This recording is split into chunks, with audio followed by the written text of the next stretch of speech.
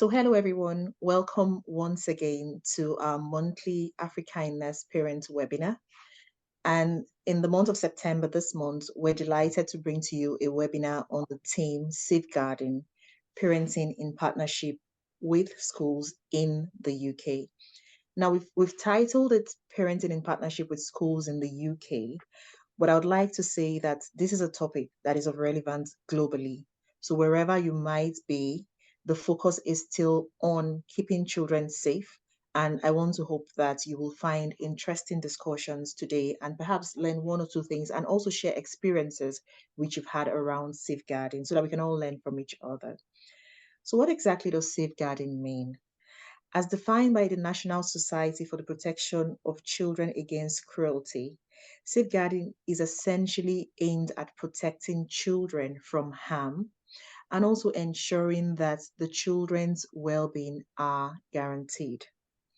Now, what we find is that safeguarding concerns are heightened specifically or more so around children from minoritized communities. For instance, we have issues around adultification bias and other concerns which our panelists today will share with us. So the goal really around safeguarding is to ensure that we can create a safe and nurturing environment for our children so that these children can experience the best lives that they can have, whether it's in schools, whether it's at home, whether it's in any other public space they go to, whether places where they play sports or engage in other extracurricular activities. Why are we focusing on safeguarding in schools today? It is because there have been occasions where schools have been unable to partner with parents or guardians in delivering this ideal environment, this safe environment for children, and very often due to a variety of inhibiting factors. Sometimes it's about miscommunication, sometimes it's about a clash of cultures, sometimes it's about misconceptions or lack of understanding or even mistrust or breakdown of communication between schools and parents. And in some instances, we find parents and guardians being misunderstood and sometimes mislabeled as unsafe for their children and words due to these differences or related misconceptions. Sometimes it's also about racial stereotyping or poor education or lack of advocacy in order to have a common understanding of what safeguarding really means from diverse perspectives, bearing in mind that at the center of it all, it's about keeping children safe and ensuring their well being. More so, recent surveys indicate that we have more than 90% of teachers saying that safeguarding referrals have risen. So clearly, there's something there that needs to be investigated. So today, in this webinar, we're really focused on empowering our parents, our guardians, all of us gathered here with the knowledge and tools required to actively engage with the safeguarding process, specifically thinking about schools within our communities. The aim is to demystify safeguarding and also reintroduce it as the tool that it was designed to be for the safety and well-being of our children and works. I'm really delighted to have this conversation today with our distinguished panelists who are experts in their own rights. We have with us here today Ekanem Robertson. Ekanem Robertson is an expert in safeguarding.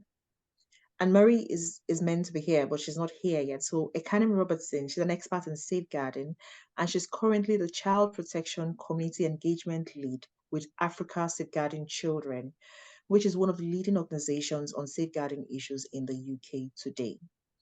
We're also delighted to have with us here today another distinguished panelist and expert who has a lot of experience working on safeguarding within the health sector. And she's also into parenting, supporting parents through intentional parenting. And that is Fadzai. Fadzai is here with us today.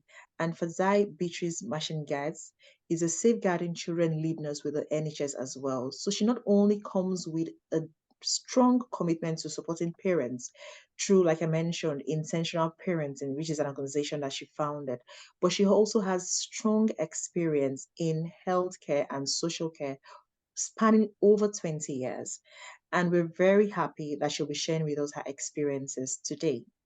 And then we have Anne-Marie Christian, who also is a leading expert on safeguarding. She's an international safeguarding consultant, and she's worked with schools at a national but also international level, exploring how to build a safe environment for children, but also how to deal with the underlying barriers to a meaningful and effective safeguarding process involving schools as well as parents and guardians in in working together in the interest of their children and words. So without further ado, I think we'll go into the questions. There are five main areas we'd like to cover today, but we're also inviting you to please come forward with your questions. We have the Q&A function there, so we'll encourage you to type in your questions using the Q&A section of Zoom. When you type in the questions, our panelists will be able to answer those questions, either through typing in the answers or saying out the answers. So I'll monitor the Q&A function as we go along. So in terms of the questions which we'll be going through today, like I mentioned, there are five main themes that we will be covering. One is really about what this means, safeguarding in itself, and why it is important. The second thing will be around how do we balance the tensions between culture and safeguarding, especially in multicultural environments or settings. And then we'll go on to talk about how to effectively communicate and build trust to support the process of safeguarding. And then we'll talk about the support that is available where children are caught up in issues affecting their safety, but also where families are affected. So, how do we support parents? How do we support the children?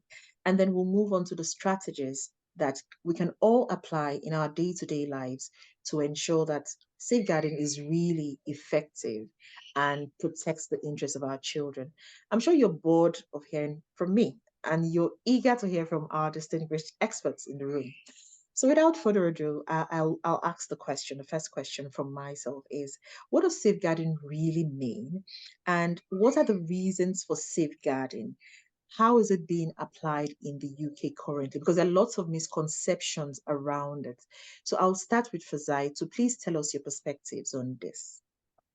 Good evening, everyone. Hello, and it's a pleasure to be here.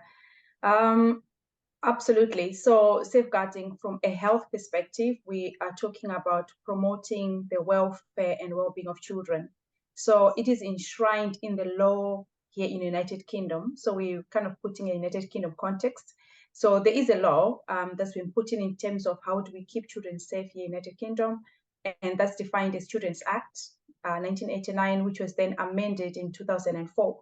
And within that law, how it defines it is all the things that we need to be doing to make sure that our children, they are safe, that they are happy, that they are thriving.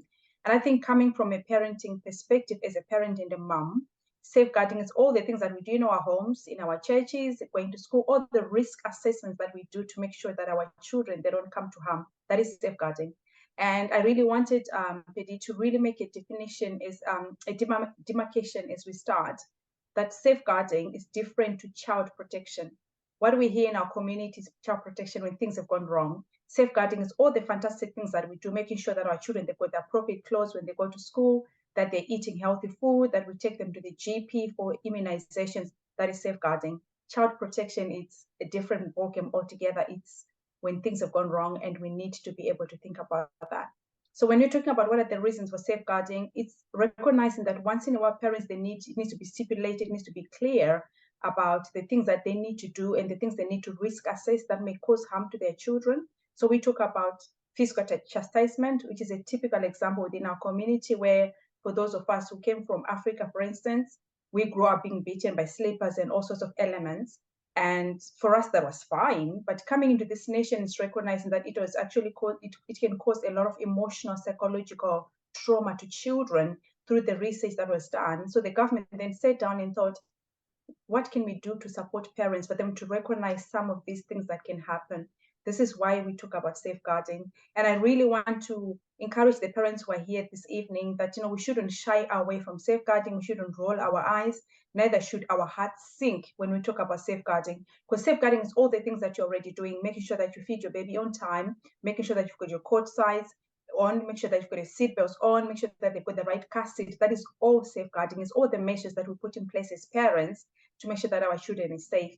So that's how I wanted to explain that. I hope that's useful to put it in context from a parenting perspective. Thank you. Okay, thank you very much. Yes, I must say that's reassuring, even for me to hear you put it in such a positive light. So Ekanem, let's hear from you. What do you think?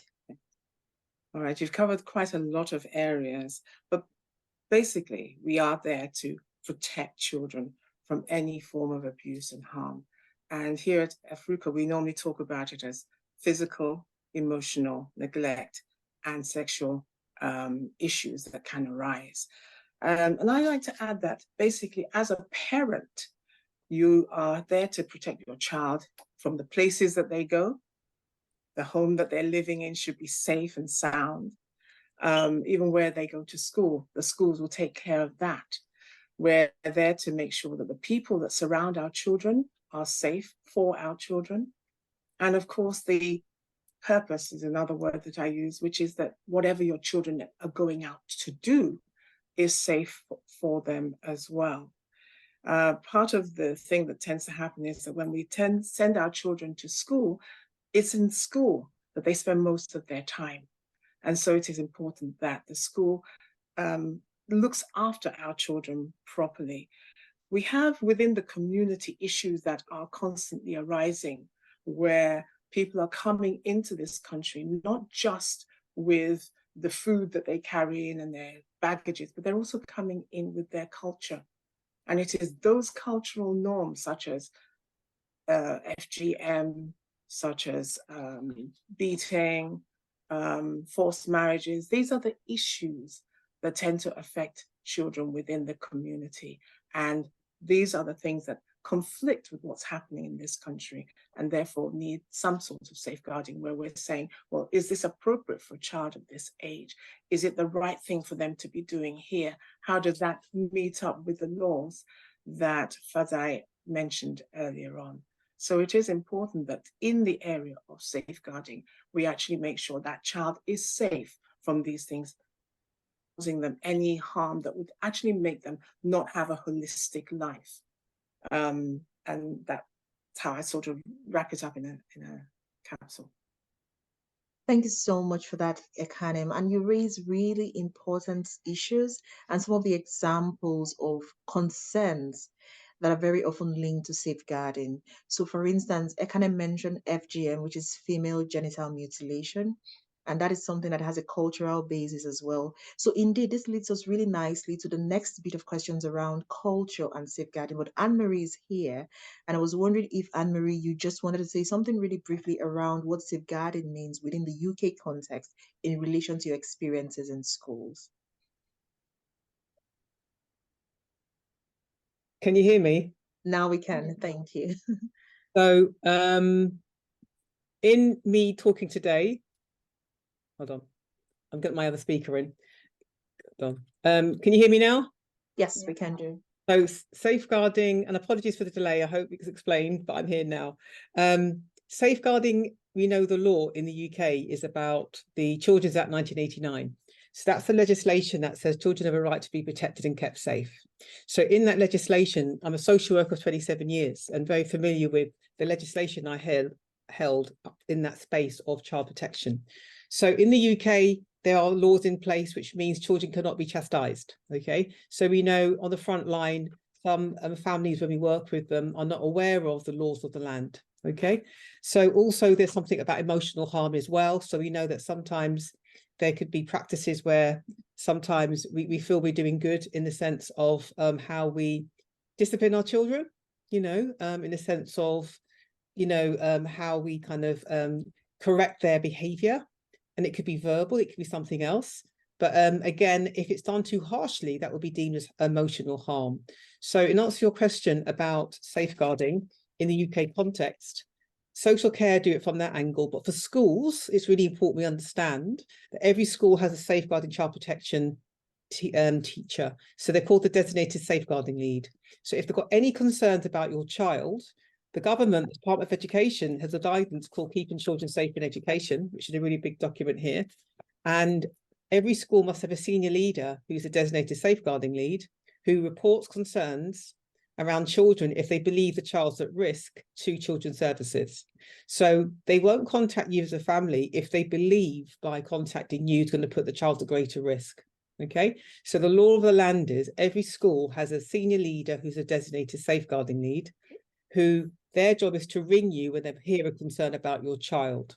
So if your child came to school ill-equipped or poorly dressed or tearful or anything like that, then clearly their remit is to promote their welfare of the child. And that's, again, the law. The Children's Act 89 is the welfare of the child is paramount, which means the child's got a right. So childhood in England mean that child has a right to express themselves. There's something they call pupil voice, which means the child's got a right to express how they feel. Okay. And social workers, we use it a lot when we're interviewing children about what do you think about it? What do you want to happen? And the legislation says we take their decisions into account. And schools do that as well. So they listen to that child, whether it's true or not. They can't make that judgment, by the way. So I just want to make that clear. So if you are hearing something from a school perspective, what facts have they got? Or actually, they're asking you. So if a child tells the school something and then you ring up and say something else, that's two inconsistent stories where they'll query who's lying, if that makes sense. So you just got to be mindful, though, as a parent in a school, i.e. your child goes to the school, we've heard from all those reviews, unfortunately, how sometimes they look upon our children as different, i.e. not understanding our communities, our discipline, our faith groups, and sometimes judgments have been made. Okay, so I hope that answered your question. So every school would have this person, they call the designated safeguarding lead. And on the other side, racism is a big thing at the moment, and they are promoting, i.e. reporting it. Okay, so if you feel your child is experiencing discrimination or prejudice based on their color, their faith, their gender, yeah, i.e. boy being, called out all the time, then that's a safeguarding issue. So I also want to promote that. If you feel your child is being discriminated against for whatever reason, religion, anything, hair, Afro hair discrimination, anything, then you've got a right to speak to this designated safeguarding lead. And how you'd find that would be on the school's website.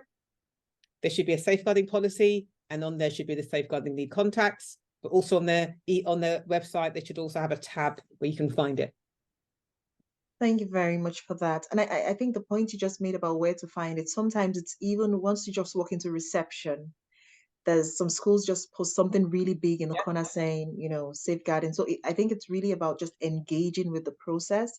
But just listening to all of you, the point you made, Anne-Marie, that it isn't targeted, I don't say against, but it isn't targeting families, this safeguarding issue, but families can also use safeguarding process to protect their children. So it's not something to run away from, it's not something to shy away from, but it's something to understand better, which is why we're here today. So the issue of culture has come up a bit. And I was wondering if you could give us just some examples in really practical terms about the ways in which culture and safeguarding can intersect. And perhaps what could go wrong, but also could there be something going right? So could there be positives coming out of the interactions or intersections between culture and Can you hear me? safeguarding? Yes, please. Is that a question to me? Yes, you can feel free to go.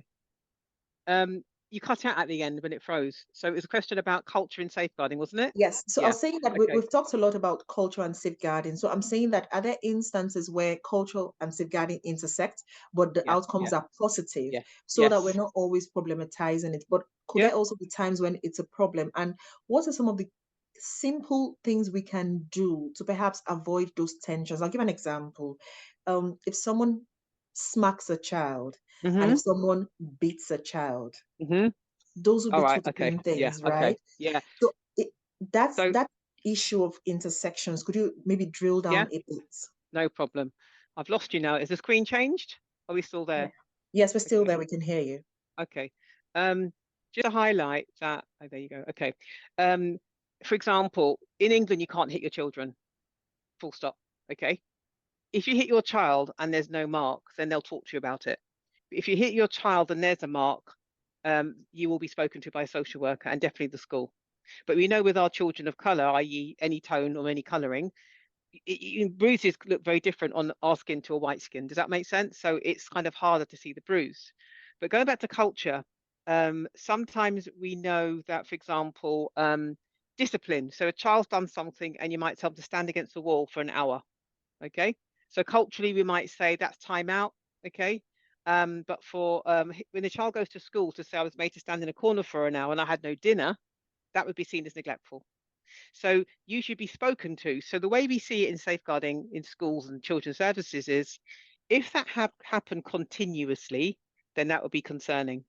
But if we spoke to you about it and then you realize that particular practice we do back home, i.e. harsh discipline in the sense of correction through love in our hearts, that we want to teach our child right and wrong, okay, through love, in the UK is seen as harsh potential way of talking in the sense of, harsh emotional harm.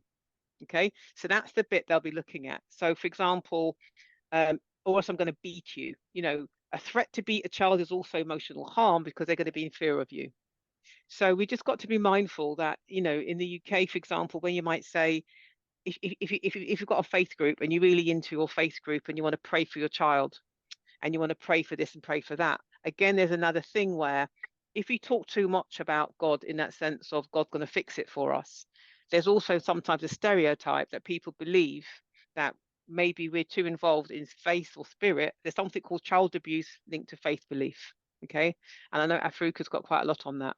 But at the same time, for some of us, a lot of the schools have had training about that, like Victoria Columbia. There's lots of cases, isn't there? Big cases where there was an African child connected to that. And sometimes they've been on training where they still believe that. So when we're saying it as, and I hope my child grows out of it, and I'm praying they do, in that flippant comment, that could be taken as prayer. You belong to an African church, your child's prayed for, the pastor's doing work with them. They can actually exaggerate that sometimes. So again, going back to culture, even, for example, a common one we used to see on the front line was our relatives back home are sending us ointments for our children. Yeah, could be good old-fashioned vitamin, but old-fashioned kind of things that we passed on through the generations that they think is good, like bush tea, all those things. But the child would say they're giving them some ointment from back home, so they might think you're trying to kill the evil spirits. Does that make sense? So in the training, it goes a bit crazy, as in they don't know what it is. Are they poisoning the child? So these are things that could be let out of context. So just be mindful of sometimes they make assumptions about us, and being clear that our child might go to school and interpret something and they read it differently. So when they're talking to us, we're not going to get defensive. We're going to understand why they're asking us and explain what we've got to say. So never be in fear of explaining what they're going to say, if that makes sense, because that will help them to understand that's not the case. So I'll give you an example. And I was a social worker, and then I'll pass it over.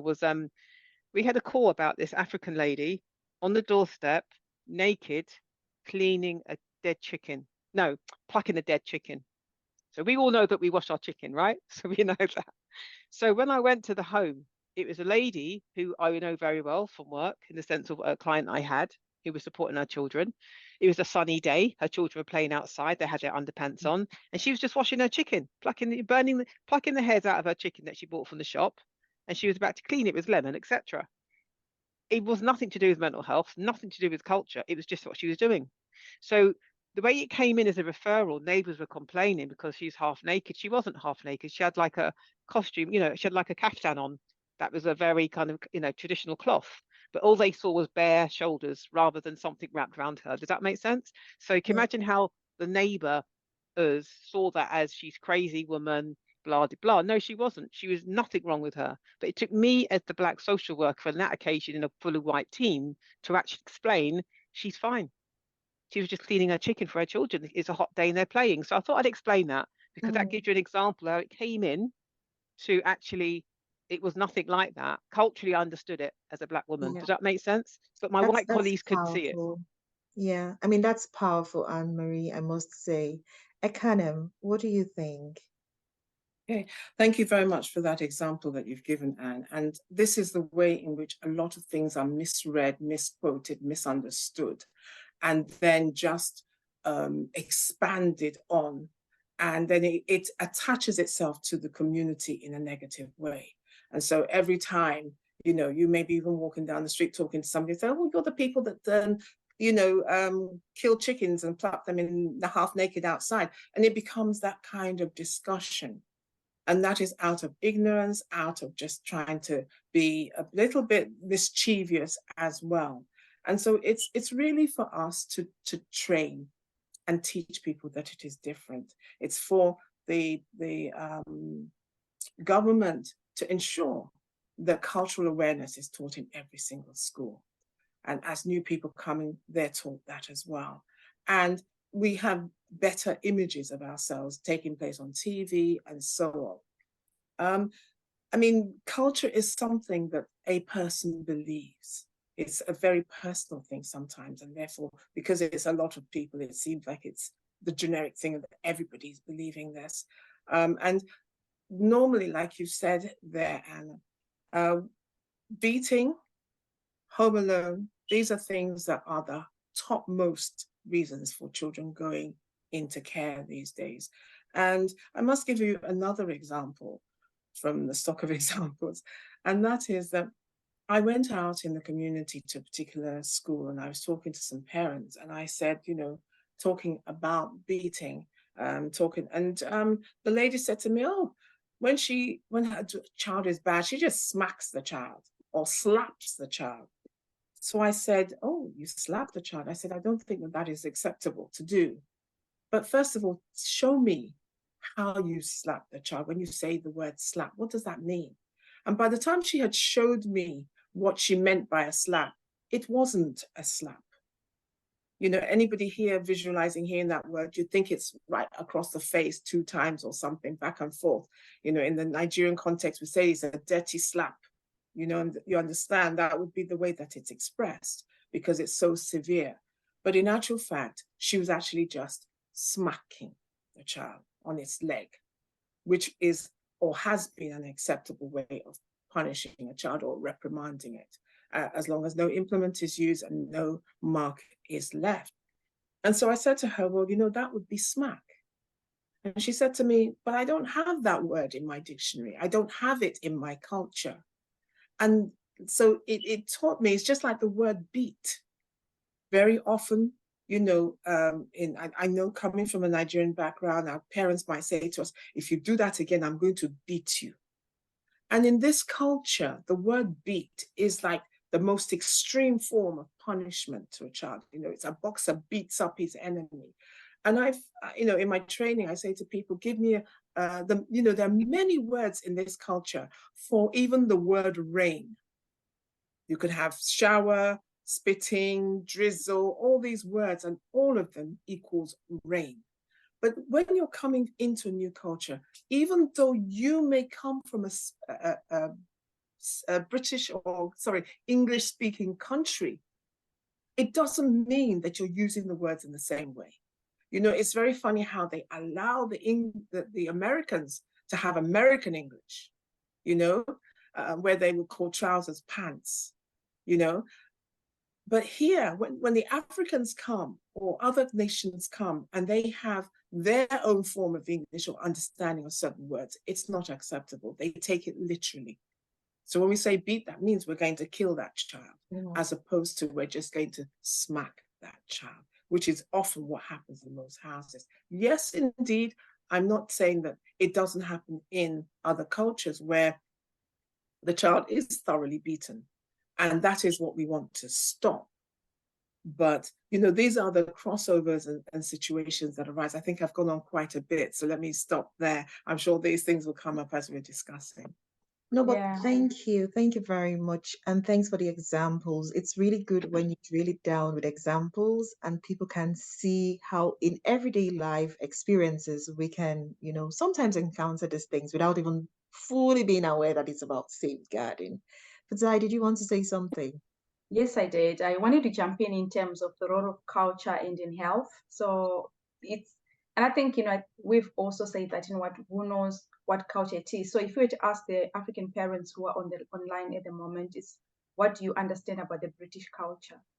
A lot of us will be confused. There are so many things that we feel they're British, and then the British people will tell you that British encompasses so many things. So if we ask what is the English culture, there's so many things that we may explore. So for instance, I think a big one for us as African parents, sleepovers, for instance. What does that look like? Sleepovers, so when we say no to our children, especially when they're teenagers or even they're young, and we're saying no to every sleepover because we don't know about sleepovers. They're not your cousins. You're not going to go there. And rightfully so. And I'm not ashamed to say that I don't advocate for sleepovers. I think if you have any sensible parents, it's a no. But then that can come across as you're depriving your child of a childhood experience. You're depriving a child of a normal child development. So when you talk of people who talk about child development in health, they talk about them having friends, going out to visit their friends, sleeping over, because we don't have cousins in this place for most of us who are first-generation migrants. So it's limiting the child to that experience. So it can be taken in a different connotation, but that's our experience as a family. These are our values, these are our beliefs. This is who we are. We don't do sleepovers. And I like what Ekanem was mentioning about influencing policy, getting the government to recognize that we have different experiences as Africans. The fact that we speak different, the fact that we've got different ambitions, the fact that we've got different aspirations for our children and how we come across, it doesn't necessarily mean that our parenting experience is negative, and neither does it mean it's detrimental to our children. We kind of need to exploit in depth what does different look like, because what you find, what's written in a lot of literature and in books, is Western parenting practices. Are we saying because the African parenting experience is not well documented in black and white that it is not valid? I'm really passionate about attachment, which is a whole story of a different altogether, where we talk about stranger danger. If you live in an African, typical African home, you'll have lots of people living in that house. So you grow up, just being familiar with a lot of people. But when you look of attachment in Western concept and understanding, they'll be talking about, this child is over familiar with strangers. The parents, they're not safeguarding their child. The child is, interacting with people that they don't know. So it's really understanding those things. I think when we talk about culture, we wanted to bring in mental health as well. How do we, when our children are telling us that they're depressed, what does it look like for us? Do we have a word for depression? When a child's saying to you, I'm really struggling, how do we receive that as a parent, particularly when it comes to maybe academic achievements or issues in school, and they're telling you, Mom, I'm really depressed. How do we respond? At what stage do we engage a GP? At what stage do we take our children to A&E because they are suffering from depression? And if our children are cutting themselves, I know Anne-Marie mentioned about the oils, the pastors praying for us.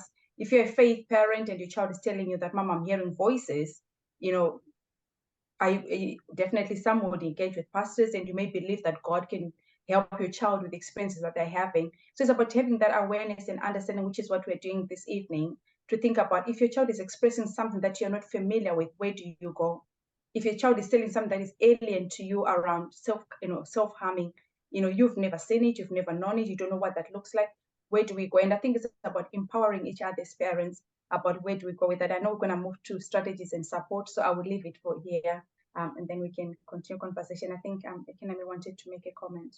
Yeah, there's several things that you've kind of said that I just want to go to, but I feel as if it's going to take us back down the line a little bit. And, you were talking about sleepovers and things like that. And yes, we would advocate that it's wrong to do that, or it's not a good thing to do, because you don't know who is going to be around with your child during that night's sleep. Things can happen that you have no control about. You have as much control when they're in your home, but once they're outside there, even if you know the parents of the children that the child is staying with, you don't know who else is going to come in and interact with that child. And there are too many cases of child sexual abuse that take place, even touching, any degree from actual physical sex to just the suggestion of it can be very harrowing for a child. And I don't think that, sleepovers should be allowed. We need to actually look at where our children are going and actually, take cognizance of that. But there's a few other points in there, but I will leave that for now because I know you want to move on. Thank you so much. And Anne-Marie, I see your hand up. Yeah. So based on what you just said there about sleepovers, again, from the front line of social services, we had referrals. And sometimes, don't forget, we've got our lovely proverb, it takes a village to raise a child, right? So what I found on the front line, meaning in practice on children's services, was often we are more trusting of our own people who look like us, especially if it's the same village or wherever, do you understand? Or parish, wherever you are, in the sense of whether you're, wherever you come from in that kind of continent.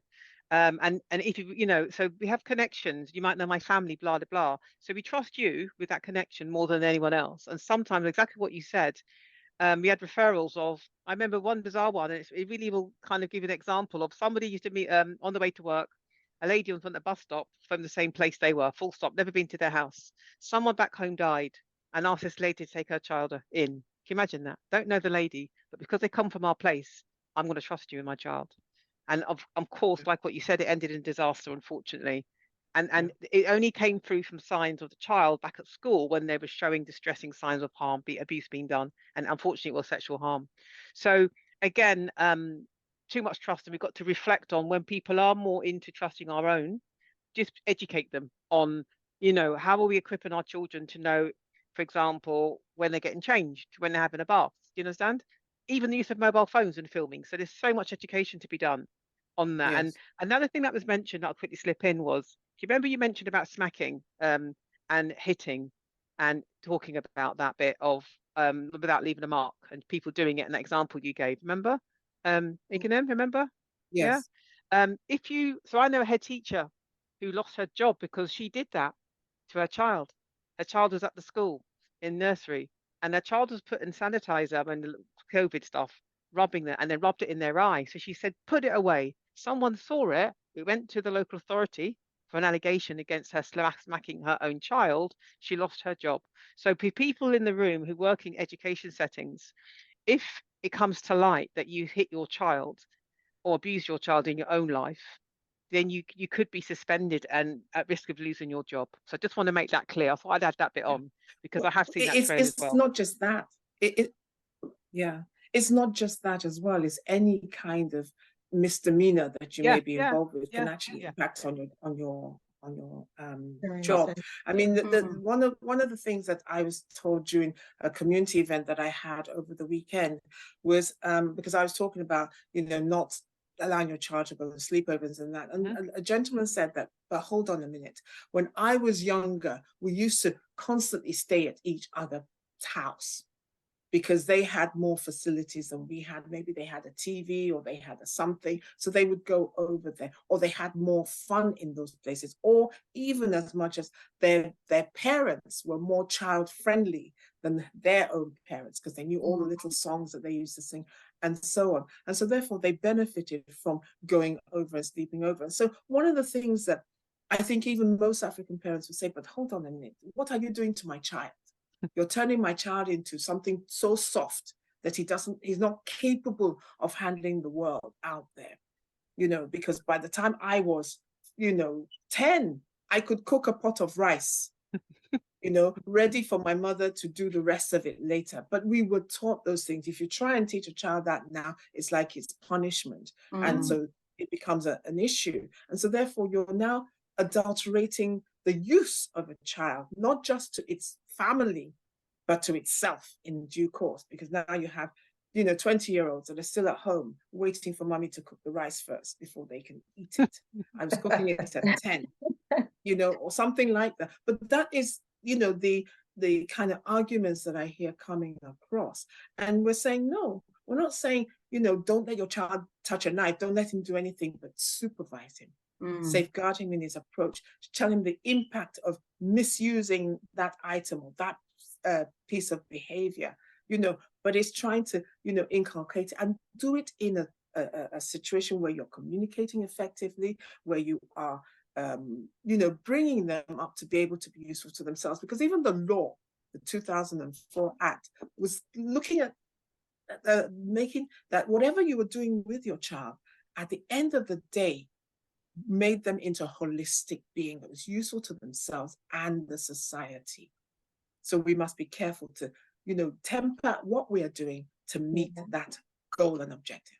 And also balancing it. So doing the rice occasionally is fine, but not every day. So if it's every day, we will label that. Again, a word we use a lot in schools and social services is you're a young carer, because you're caring for your youngest. So going back to that trait of older sibling caring for younger siblings, if that's every day and you're reliant on it, then that 15-year-old is a child in their own right, who now we're going to call a young carer, because now it's impacting on their childhood. If occasionally they collected their little one from primary school, and otherwise it's shared with other people, it's not a problem. So just be mindful about that, because I see that often, especially with secondary age children, where they're more reliant to pick up everything and their education suffered, and then they'll bring mum in, etc. It's like, what can we do? So just be mindful of that as well, where we do it as good practice or just something we do as our family, but it's sometimes scrutinized as that means that child's a young carer. Yeah. Wow. I'm gonna jump in. Sorry, Pedi, I know you want to move on. And say from a parenting perspective, Anne-Marie, it's so unfair, because if you're coming through Heathrow, like I did when I came in this country 23 years ago, I never received life in Britain. It's only when I was trying to get my citizenship that they started to explain all these things. So like what Ekanem was mentioning, at the age of 10, back in Africa during our time, you were expected to cook. You expected to pretty much run the house while you're supporting your mom. So it's kind of really looking for organizations like Afruca were really doing an incredible work in terms of raising these expectations and awareness in our communities to say, by the way, in this country, the child is a young carer and that's not good. They're not going to be because what we then see, what's emerging is young people, when they're starting to share experiences in school, that's when they realize that, gosh, I'm actually being abused in my own home. My mom is not doing a job. She's not doing the cooking. She's not doing the cleaning. I'm supposed to be loved as a child. And then when they go to university, that's when the resentment builds. They cut ties with family. They move on. They don't want to come back. Because what they're essentially saying, they're reflecting on their childhood. They say, well, I was never a child. I was made to do everything while mom was chasing the shifts and she was hardly at home. And I was made to be the parent looking after my siblings. And that builds a lot of resentment. And then we're surprised as parents, like, oh, they went to uni and they never came back. They're quiet because they just slip away quietly. And we see, now in the age of toxic parenting, toxic parents and cutting people off, then they're gone and we're left heartbroken as parents and not sure what has happened. But sometimes it's some of those things. Thank you It's so much. really I see balanced Anne-Marie's between- hands up. Yeah. On a Yeah. quick note, I've got some good news. Let me share some good news. So the good news is one of my roles, I had to audit 5 local authorities in England. I won't say which ones, but one of them had a very high percentage of African communities because of the schools. It was grammar schools, blah, blah, blah, high percentage, almost overnight. So what was happening, a lot of our middle class African families were moving there. And all of a sudden overnight, the referrals in social care, this is what we found, escalated. 0 to not, so big things. But what they did in this council, which I respected, was they were aware a lot of it was cultural, going back to what you said, until it went wrong, then you tell me. And then they attended, it wasn't Afruca, but something similar, a community-based group where they can work with families to educate and do family support. And it worked. So I've just given you another flip of the coin, which is actually when it's acknowledged to be a learning thing, they can do that well. So it should never always be punitive. They should always give you a warning on the first one. Don't do it again, unless your child's black and blue. Don't get me wrong, that's illegal, child cruelty. But generally, in explaining this, they should do that, in a nice way, and then eventually you learn. But if you choose to do it again, that's your choice. Does that make sense? I thought I'd share that because I don't want to demonize our authorities. Actually, some of them do it really well and some don't understand. So it's a mixture. Thank you so much. I mean, you've all raised really profound issues, and we can see the comments. People really appreciate the insights you're sharing. One of the things that came to my mind just listening to all of you is the importance of even explaining and communicating with children. Because there's in some cultures, the parents know it all and they're not to be questioned. And I think that in itself could be a risk factor, because if you don't explain to the children why they have to do certain things in certain ways, that in itself becomes a problem, because they then have a conception of it that might be different from what the parent has in mind, and then that leads to other issues. So I would want us to talk about these, communication, how communication could perhaps be an entry point into addressing some of the concerns around safeguarding, and how can we effectively communicate, also bearing in mind that it could be parents who have safeguarding concerns. So if a parent has a concern, for instance, how can they effectively communicate? Because we've had situations in which parents in communicating have created more problems within the family, for instance. So let's say a parent has concerns about a partner or a relative. How do they effectively communicate that concern in a way that doesn't jeopardize the family in the long term? And the second aspect of it is communicating with children. So if a child says, I want to have a sleepover, how can a parent effectively communicate with that child the no, if that's what it is? And then the third bit is for the schools. how can the children and the parents, again, effectively communicate with schools? If the school says we have concerns, how can parents have that effective communication to ensure that things do not escalate? And perhaps you can each speak to one aspect to it or the other. Who would like to go first? I don't mind doing the school one. Okay. Go on. How Okay. do the parent one communicate with Okay. children? Okay. So the school one is, so you've got early years, nursery, statutory age is 5 in England, and then when children must start school. And then we've got primary finishing at 11, and then you've got secondary and sixth form up to 18 or 19. So all of those situations, they would have a receptionist who, i.e., picks up the calls, puts them through. But every child would be in a class. The class would have a class teacher who's a general, we call them operational staff, okay? And then they would have a manager. So generally, if it's secondary school, you've got head of years. Okay, so you've got the class teacher, the head of year, i.e. the tutor, the head of year, they have registration, the head of year. The head of year would be your second person. So the tutor or the tutor or the teacher that they sign in every morning with would be their kind of tutor group. And then go to them first. If it's a safeguarding issue, go to them. They know your child better. You see them 5 days a week. They get to know your child's behaviours, good and bad. And then that will be your first go-to. And then from there, if you're not satisfied, then go to the safeguarding lead. So again, be mindful of head of year or safeguarding lead. Every school would have one, okay? And then in some organizations, it might go straight to the head teacher, okay? So that would be your first go-to in the sense of being heard. I always encourage you to follow it up with an email. Follow up with an email to evidence your phone call, to say, further to our conversation, I just want to thank you for the time and just, summarize the following, that you said you would blah, blah, blah, and we would, and do that. So make an effort to communicate and be clear about who's doing what. Your child, again, depending on what it is, needs to know that they've got someone to go to in school. So if you, again, under the public sector equality duty in England, the Equality Act, every child who's got protective characteristics, including our Black children, yeah, hence, ethnicity, should have a safe space and they can go and speak to somebody about their living experiences as a child in that setting. So there is support for them if they want to talk to someone. So your child needs to know who that support is and feel they've got their back, rather than they're going to tell me off. So there's pastoral care, there's welfare care, there's loads of things that they can offer around support. So that's what I say for a school. If you're not satisfied with how they've dealt with it, you can speak to the governing body or the trustees. And again, you've got the chair of the board, or you've got the safeguarding governor or trustee. If that's not dealt with appropriately, then you can go to the local authority, okay? So just being aware of, go in-house first, and then review it.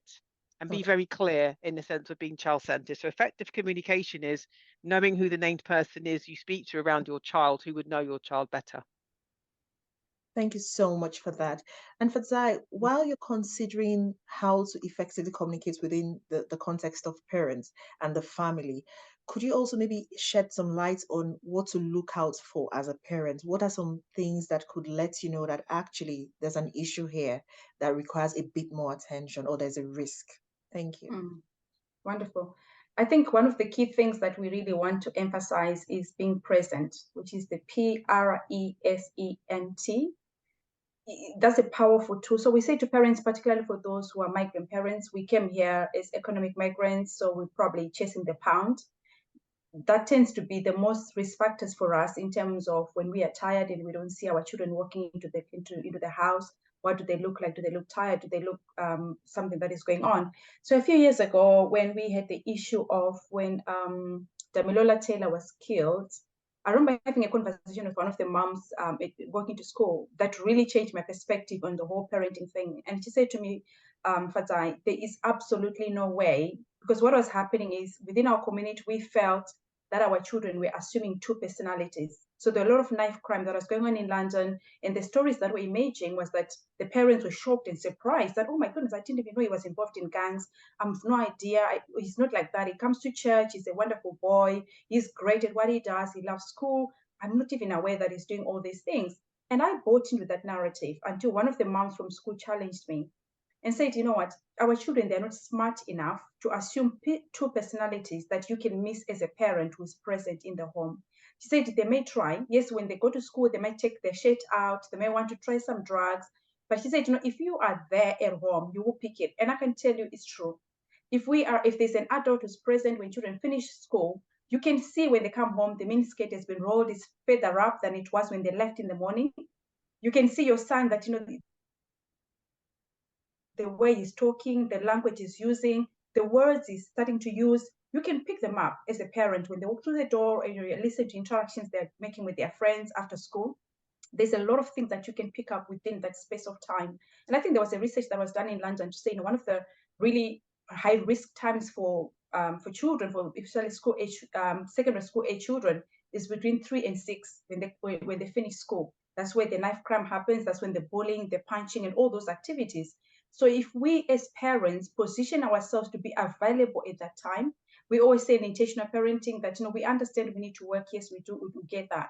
But if we prioritize having an adult in the house, maybe even 30 minutes afterwards. So if you're working in healthcare, you can finish working, you can do early shifts. Yes, it's going to give you less money that you're going to take home, but you're going to be home when they come home from school.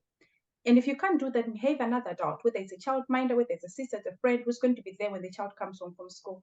So it's being aware of those things. That's how you're going to pick it up when you're asking Pedi to say, how can you look out for some of these things? There's so many things that are going out as far as our children are concerned. Bullying. We talk about child criminal exploitation, which we've had so much on the news around our children being groomed and being drawn in by the gangs to sell drugs and to go places where they're kept and they go missing for a while. And there's the child sexual exploitation, where our children are also being drawn into this prostitution and into these activities.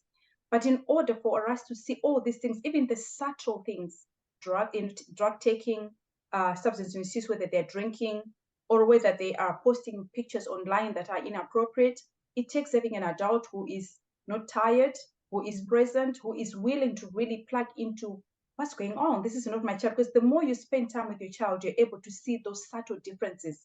Because the children, they don't just come one day and say, oh, I'm going to do drugs. It's the subtle things. They push boundaries. They bring in a phone. They want to figure out whether, can you see that I've got 2 phones today? But if you're not at home all the time, you're going to miss the little subtle things. 1 minute they're coming in with somebody else's trainers. The next minute they're bringing in somebody else's blazer. The following day they're coming home late. But if you're not there to recognize that they didn't come in at 4 o'clock, they came in at 5, and they know that you're going to be home at 6 o'clock, they've just literally come in as you're coming in. You miss on some of those things. I can't overemphasize being present with parents. So risk factors, there's so many of them, and I'm sure Ekanem will be able to kind of explore some of those risk factors. But also what I want to draw attention is, years ago in safeguarding, we used to focus at the family home and wanting to look so much at the parents. What are they doing wrong? Why is the child behaving the way they're behaving? Until there's a professor called Colin Furman who came up with contextual safeguarding. And what she recognized is that there's so many things that happen outside of our family homes that sometimes as parents, we don't have control over. That could be the friends that your child is hanging around with. But we can influence that by knowing really who is your child's friends. One of the things that we do in our intentional parenting, we're not only just praying, we say to parents, you need to know the friends of your children, whether your child is in university. And we understand, the only way you're going to know that is through relationship. How was your day? How did you spend? And you learned so much about John. You understand John's parents, they're so rich, they've got so much money, they've got access to X, Y, and Z. And you start to understand who is Mary, that Mary, she's daring, she's the one who's the leader of the group. So all those things is about spending time together, eating together at the table, doing really the basic minimum, and recognizing that it is through those interactions that you get to know your child, start to get to know the risk factors and some of the challenges that you need to be thinking about, and nipping them in the bud. Saying actually, your skirt needs to be low. How come it's up? And, sometimes it feels like we're nagging, but that's what parenting is all about. Consistently hammering on those values, consistently hammering on those, what we stand for as a family, being really clear about the vision that, we don't do sleepovers. I think somebody put a comment there, I'm going to just go for it, who was asking, how do I communicate about sleepover in a way that a child understands? Again, it's about relationship. It's about the vision of the family. It's about communicating your values very well and very clear to the child. What we don't want to do as parents to be reactive all the time, particularly with teenagers. Teenagers, they don't want to know all the time. But since they were young, if we say, actually we don't do sleepovers because they are not safe and it's not something that we would like to do. So they know that, and they'll go and explain to their parents, to their friends, that, what, my parents, they're really tough. They're not ready to sleep over because it's already ingrained and they know the expectation within the family home. What they don't want is for them to think, maybe I can do it, and then come home and they're saying to them no. and you don't have a very good explanation of why they can't do a sleepover. So it's about relationship, you know. And I think one of the biggest challenge we have as a migrant community is we get so busy with work. And I understand that, you know, we need to make money. We've got plans maybe to retire back home. But in the meantime, we need to spend time with our children. We see the locals, the moment she becomes pregnant, I'm speaking from health perspective. Most of the nurses, if they are white, the moment they get pregnant, we know they're coming back part-time. They are not coming back full-time because they want to spend time with their children. When we have this conversation within the African community, people will tell you that, oh, Fadzai, we can't afford to do that. We've got black tax, we've got aging parents back home that we need to look after. How can I work part-time? But can we sacrifice our children? I'll pose that as a question and I'll stop here. Thank you so much for that. I know Ekanem has something to say about this as well, based on her experiences. Yeah. Fadzai has covered quite a full range of things, and I hope that I'll try not to repeat any part of it. But I was trying to look at the mechanics of, you know, the situation, because basically you're going to have to look out for bullying, look out for your child's internet use, look out for racism, look out for county lines, look for those signs that are actually impinging on the life of your child and how they're interacting with you in the home. You need to be able to talk to your children. Communication, I can't repeat it, you know, over and over. Communication, communication, communication. And that is when you first of all create a safe space within your home. And when I say a safe space, it's a place that when things are breaking out crazy outside, they know that they can come home. Home is not somewhere where they fear.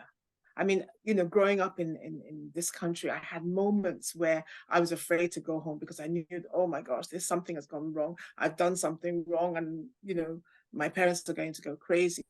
But you've almost got to say to your children, look, I will get annoyed because you've done X, Y, and Z, but always feel that you can come and talk to me. I will listen.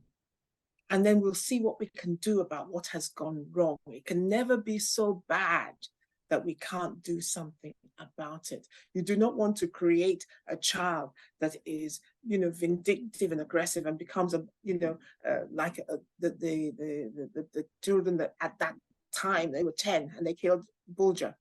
At the time, I mean, it's all in the papers at the moment. You're trying to create holistic children who have somewhere to go. And that should be home. That should be the place where they can talk to you as a parent because you know how to communicate with them. You know how to put them straight. You know, when you're now taking your issues that are happening at home to school, it's knowing how to talk to the teachers. Because if you've heard, say, for example, that your child has been discriminated or against or bullied in school, you don't come steaming ahead to come and fight. That is not going to get you anywhere, and it's not going to get you the right reaction, because whoever sees you coming is going to be on the defensive straight away because they don't know whether you're going to hit them or what's going to happen. You may not even be heard or listened to because you're shouting. Some people say, oh, that's our way. We fling our hands everywhere, we shout. No, it's not the way to communicate effectively within this environment. If you feel that you cannot communicate whatever the problem is because you are so heated, call a friend to come with you. Even if you don't know how to speak the language, call a friend to come and interpret for you. Like I said earlier on, just because you speak English and you're from a English-speaking country does not mean your English is the same as an English speaker here. There have been cases where, you know, the judge has refused to get a person, an interpreter, because they said, well, they've been here 30 years, they must know how to speak English. No, not if they spent 30 years in their home, not really interacting with the public.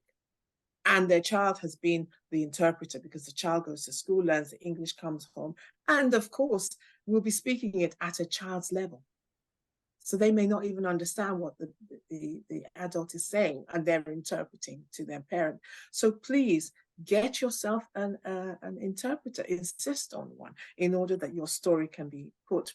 If your child has come to you with a problem, believe them, listen to them, question them, and get the full story.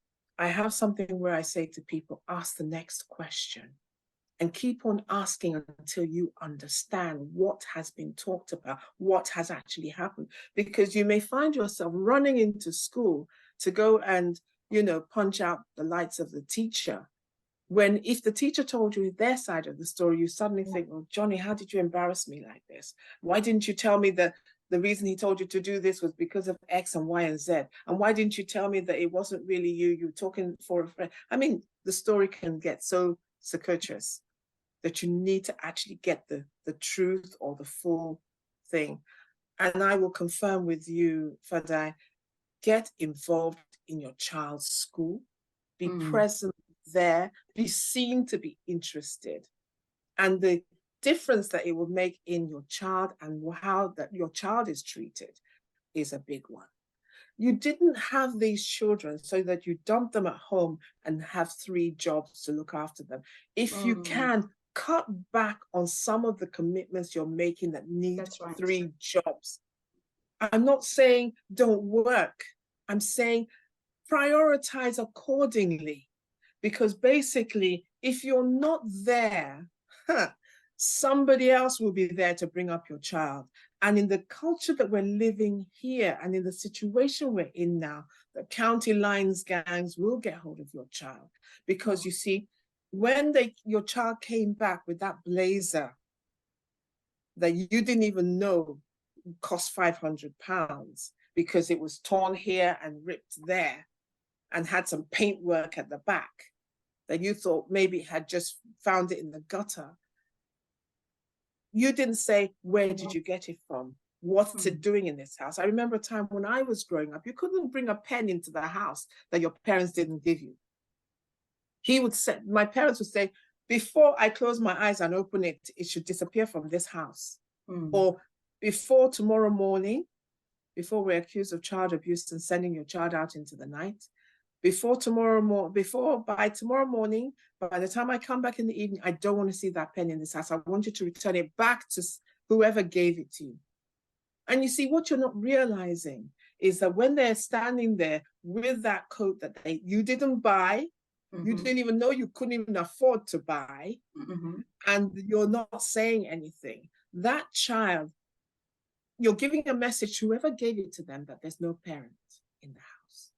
Because if that child is forced to return it, then they know that, somebody is monitoring that child. We can't do this and we can't do that with this particular child as we thought, because we used to see him outside. There are many, many more examples, but I know you want to go on. Thank you so much. I mean, really enlightening discussion, and we see lots of feedback from our participants as well. And thanks, Anne-Marie, for typing the answers to the questions as well. Thank you. If you have more questions, please feel free to use the Q&A. I think we've really covered a lot of ground already with what does this mean? Why is it important? What are the things to look out for? What can we do as parents? And now I think I would like us to focus a bit more on the supports, the strategies, the recommendations as we try to end this session. So for each of you, just reflecting on your experiences in this space. Fadzai, for instance, if a child has been affected by an issue relating to safeguarding, how can we support that child who has experienced some form of abuse or the other? How can we help them, support them, and indeed support their parents and families to come out of this and have a better life? Absolutely. Thanks very much. I think what's really important is to engage with professionals. I know within our communities, we can really be wary of professionals not wanting GP to get in our business. So I'll emphasize around mental health, for instance, which is a thing for our children. Definitely our children, they're not as resilient as we were.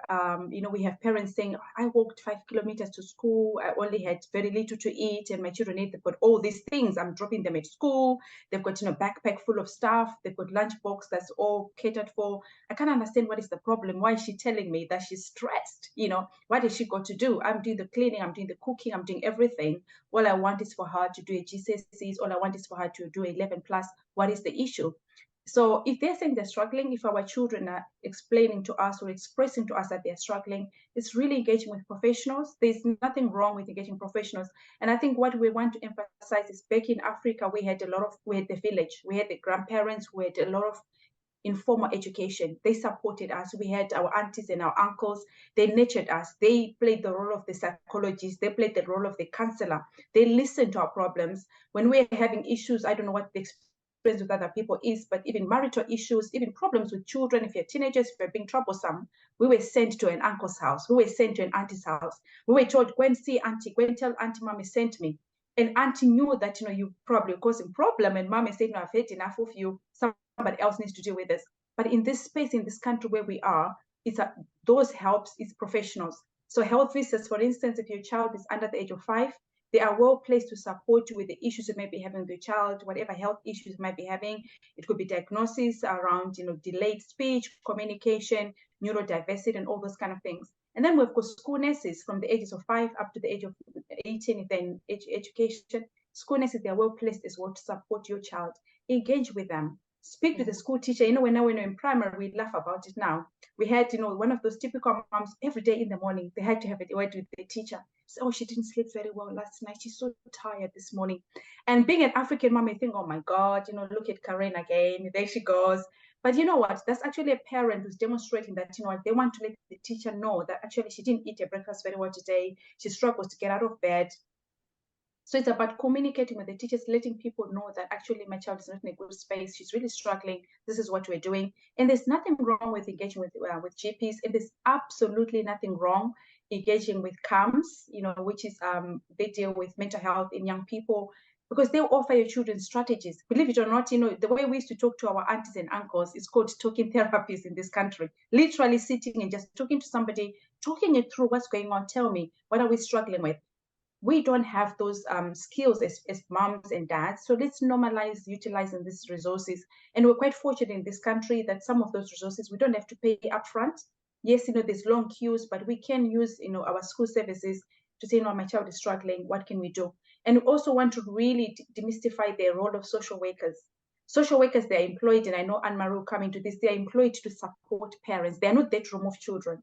They are there to recognize that once in a while we have that moments in time in our parenting journey where we are struggling, where we need support. So if you've got a teenager you're struggling with, they're rolling their eyes, they're being dangerous, they're taking risky behaviors, seek help. Sometimes you're better off actually going to social care and say, I'm really struggling with my child. What support can you put in place? They've got, early help, depending where you're placed.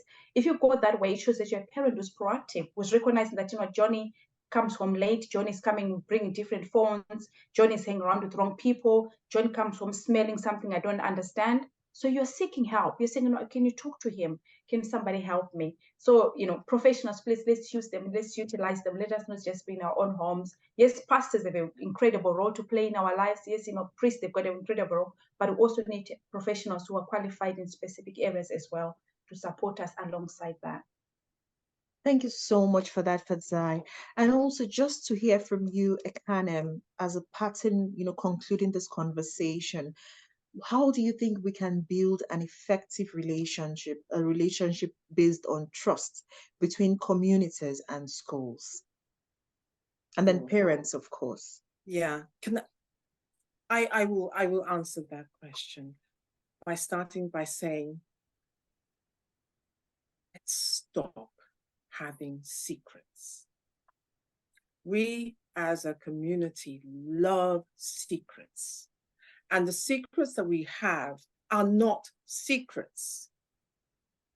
Do you understand? Because basically, if your child is not feeling well, hasn't slept well, as you say, report it in school so that they're aware when the child is behaving a certain way. That's not a secret.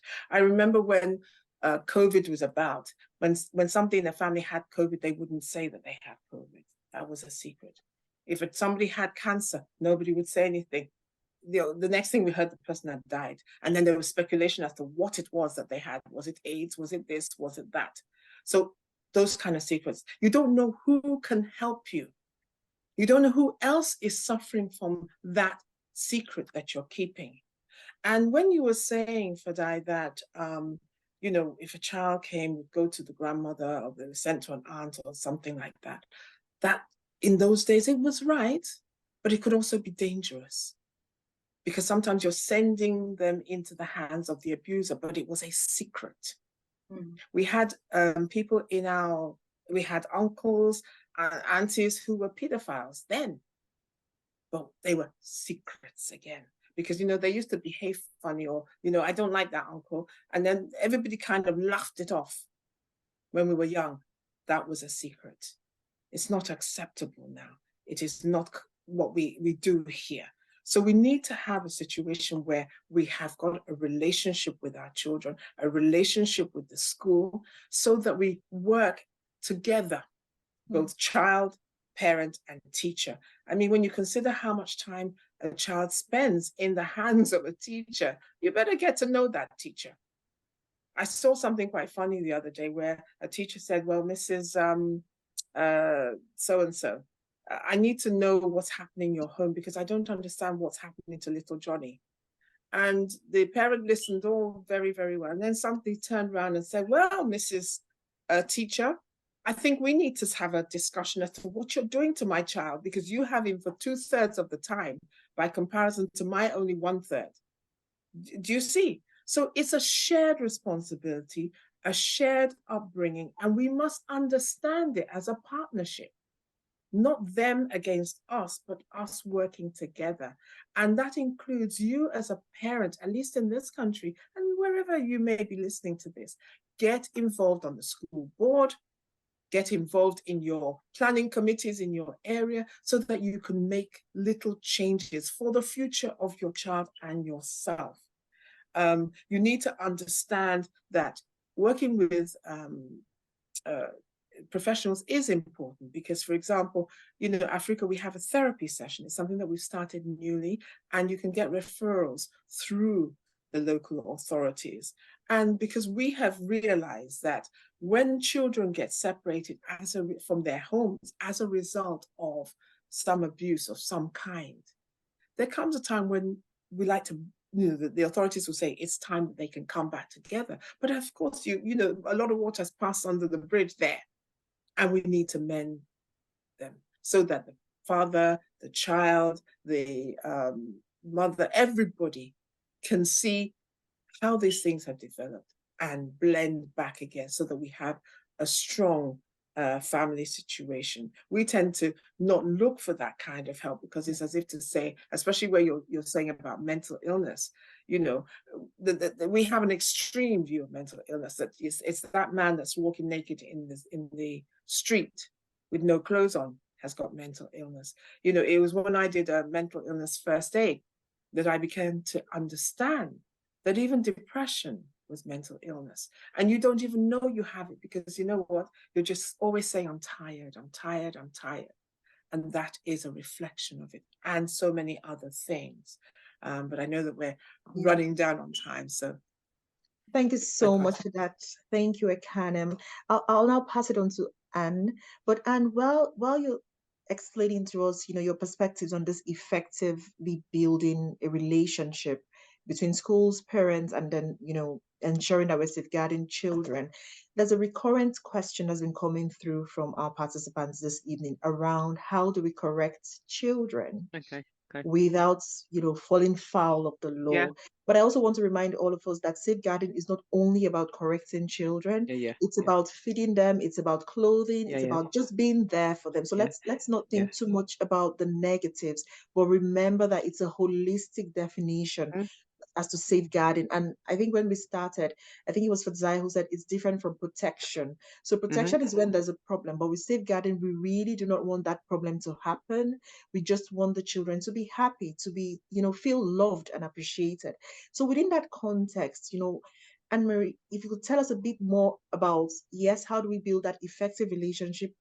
Fadzai has mentioned some of it, Ekanem has mentioned some of it, but also building on your experience as a social worker, how do we ensure that we can still correct children without necessarily doing something wrong? And then we can wrap up the conversation with that. Okay, so I want to read something out to you. So there's something we use in social work, and it goes back to we expect parents to do the following, and it's called parenting capacity. So we've got an assessment framework we use, the child's needs, the parent's needs. So I'll explain. The child's parent should be offering basic care, food, shelter, warmth, all the things that kind of go there. And then ensuring safety. And then we've got emotional warmth. So how do you show your child is loved and valued? Okay. And then stimulation, hence the child knows who you are and you give them kind of good guidance and boundaries about feeling safe. And then you've got stability. So going back to about parenting, by giving guidance and boundaries to our child to support them, to keep them safe, that's what we're doing. But we're not doing it through hitting them. We're doing it from explaining it. Okay. So that's the bit there that you need to understand. So if a social worker comes to you in an assessment, for section 17, which is child in need, which is not urgent, i.e. long-term impact on the child, we need your consent. But with the section 47, it means the threshold's been met for child protection intervention, where we believe your child is likely to suffer or has suffered significant harm. And that's when we get involved and interview your child alone. But that's when we're questioning and we feel that we have suspicions of child abuse. So just to know that, and we do look at that angle. Your child's needs would be health, education, emotional behavioral development, identity, family social relationships, social presentations, and self-care skills. So we look at that and we ask the child, we ask the family, and then we find out what's going on here. So that's the first thing you need to know. In answering your question about again, how you discipline a child without, hitting them, lots of options. Children love treats. You're not going to your friend's house tomorrow now because that's what you've done, or you're going to bed early. Do you understand? So there's elements that we can take away things they enjoy, explain why. Don't make it a repeated pattern. That's really important as well. So when we see, going back to checking in with your child every day, but really engaging with them. So the lazy child, what's going on? Is there something going on they're not telling us? So how can your child, it's really important you have a really good relationship with our children and they understand we're here to care. We've got our boundaries, don't get me wrong, we're not their friends, but we actually understand what's going on for them. How was school today? Do you get your work done? How's your friends? So, what's happening online, what app you're on. So all those things to find out their life. And again, going back to the school model, we need to get more dads involved. That's my opinion on things. And I know some dads are estranged. I get that and I understand why, but we really need our dads to get more involved. Gone are the days of absent father who's working long hours. They really need to get involved with the children's, childcare, i.e. getting to know their children and not being seen as a punitive thing. You wait till your dad gets home. Doesn't work anymore. So dads, the sooner the dad get involved, the more they'll get to know their children too and have fun times. Because that's really important that when they grow up to adults, guess what? Dad's got my back, rather than dad's going to tell me off or I've let him down. Likewise, the welfare of the child is paramount. And as families and parents here, or relatives and aunties and uncles, it's important that we start to care about the well-being of our children. Every day I've got 2 children, I check in with them, whether it's messaging or face-to-face with ones at university, but it's like, how are you today? How's it going? Everything all right? Did you eat all right? Just checking in. I'm here for you. How are you? One's 19, one's 15, but that will continue because I know as the transition from childhood to adulthood is also difficult, rather than I've done my job, you're 18, goodbye. So we've got to get to an idea of long-term relationships with our children who then turn adults. And also schools, they can support. I use that service myself for my one when she had a little panic attack. Guess what? Had counselling. 2 terms later, it's gone. If I didn't do that, it would have got worse. It would have been, don't want to go to school today, mummy. Oh, I'm scared. And then it would have been a big problem. And right now it could be affecting her learning. But as soon as I recognized nervousness, I spoke to a teacher and then we got the counsellor involved in school and it went. So it's really important. The sooner we nip it in the bud and get that support from schools are very child-centered. They're amazing places. Believe me, they are. And I'm saying it as a majority of the time, they're amazing. We only get the bad press. So we really have to believe, but you need to seek out in your school the one that you trust and work with your children. You don't make sense. So you can choose the one. So say to your child, who do you get on well with in school and go down that route. And finally, big thing, we know we want our children to achieve brilliant in education, but we need to take into account their welfare too. Welfare, attendance and learning all come in 3. You can't just have a very academic kid who's not feeling great and has low self-esteem. You want a kid who's trying, that you say, well done for trying, I'm really proud of you, rather than how come you got 97%, where's the 3%? How come you didn't get 100%? So we need to celebrate our children more. It does good for their self-confidence, rather than traditionally thinking it's going to make their head too big and they won't try anymore. That's old school. We really need to be thinking about fulfilling that whole confidence internally, that they can stand up for themselves, they can communicate well, they make good friendship choices, you know. Yeah. And definitely, last one would be ask for help. And it's not a weakness. So again, last thing before me, social worker, I remember many times when families said, I've never heard the word stress before I came to England. We just get on with it. But actually, if you're not coping, that's not a bad thing. You're human. You can only take so much at a time. Does that make sense? So the more we celebrate as a human being, we've only got our own limit of hours in a day, our brain cells, and multitasking, we'll get burnt out. And when we get burnt out, that's when it's not good. Can you see my point? So we need to ensure that we check ourselves out as well as our children in getting that support at the right time. Thank you so much for that, Anne-Marie. There's a question from Pam. I think that question around what if the system isn't adequate in the schools, I think Anne-Marie had mentioned you could then escalate it to the governor of the school, to the governing body, to the trustees. And if that fails, you can also go to the local authority. So, Yeah. but try to start internally before Yeah. then escalating Yeah. as you go further. And if it's a I think multi-academy trust, if it's a multi-academy trust, like an academy, then they've got their own academy trust. So you need to go through the academy trust rather than the local authority first. And then if that doesn't work, then you go to the local authority. Thank you very much. Really briefly, Anne-Marie, there's one point I'd like you to touch on and then we'll close. Okay. It's around what if a parent has a child who is perhaps rebelling, who's proving difficult and just wants to create problems to be able to leave home and maybe they think it's better out there. How do parents deal with such situations? If you believe, so going back to county lines, going back to child exploitation, sexual or criminal, if you believe your child is at risk of harm, and this is the law now in England, then you can ask for help, okay? But be specific. So it's not you're imagining it. Come with some facts. Really come with the facts because they're coming in late. They've got new clothes. I noticed they smell of marijuana, all those things. I found condoms in their room, whatever it might be. These are all the indicators. So do your own homework. There are lots of free courses that you can do, safeguarding courses online, by the way. So if you're volunteering anything, you can access your local authority safeguarding training. So I'm promoting that in schools at the moment, that parents should do safeguarding training because it will really equip you what to look out for in all those things around your children. So it's really important that you kind of think about that. But as soon as your child isn't responding to you, we call that a child is then beyond parental control. So that the government want to support you with that, because what will happen, they'll start, if they're not responding to your instructions at home, then we know they're going to go to school and do the same thing, and then they commit crimes because they're going to offend. So when they go off the rail in that sense of not responding to you as good guidance and love, then they're making those choices to be involved in risky behaviours, and we can't keep them safe there. So it's really important. That's when we go forward for support. Then refer to the authorities. I need some help with my child. They're coming in late. See what can happen. They could do a youth work, or they might do something else at school. But as soon as you've got the problem, we call it early help, by the way. That's another thing I need to say before I go. Early help is when we get involved as soon as a problem emerges. And that's when, as soon as it's going kind of an unmet need, that's when we ask for early help. And every local authority would have that. And at the moment, we've just done a social care reform where around the country, they're doing community hubs for families as well. So after Arthur and Star, those deaths we had in COVID, a lot came out about reshaping children's social care, which they're currently doing. So check out your local authority websites and what are they offering to support families. Thank you so much for that. I mean, it's been a very enlightening session for me. And I think from the Q&A, from the comments, I think it's also been insightful and informative for our audience, our participants as well. So thank you so much to our brilliant panelists, Fadzai, Ekanem, and thank you for giving so freely of yourselves. Thank you for sharing your experience.